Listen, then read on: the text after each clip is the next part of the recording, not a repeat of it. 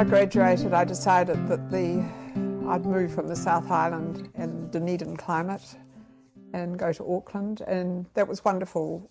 Got a position as a staff physio at Auckland Hospital, which meant we did rotations.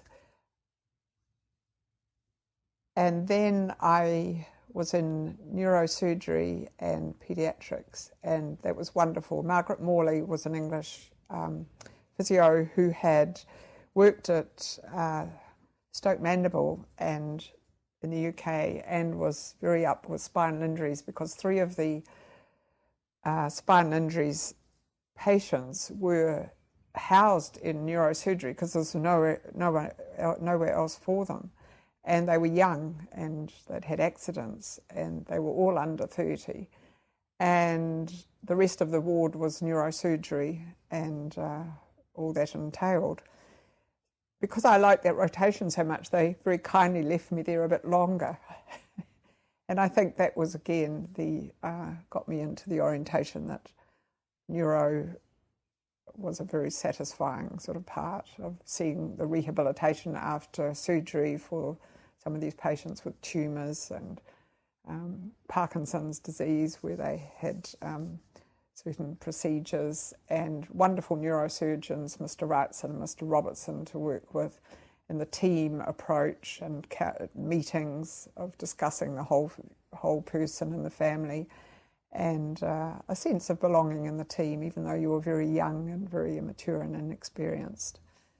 And that also included the rotation of paediatrics, which I enjoyed working with the kids, and decided I also liked children, working with children.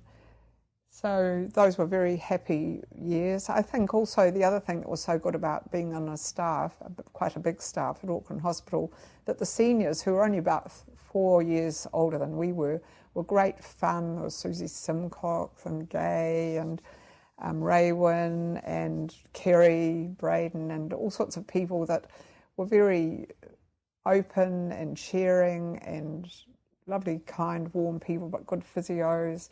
And Susie Simcock, I remember she was really into respiratory and tetanus and intensive care in that part, and we all respected her work down there, which was quite innovative.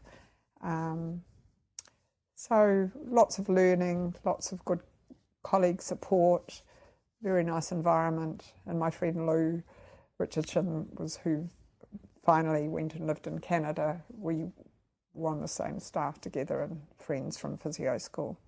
So all those things help you to settle in and enjoy a place.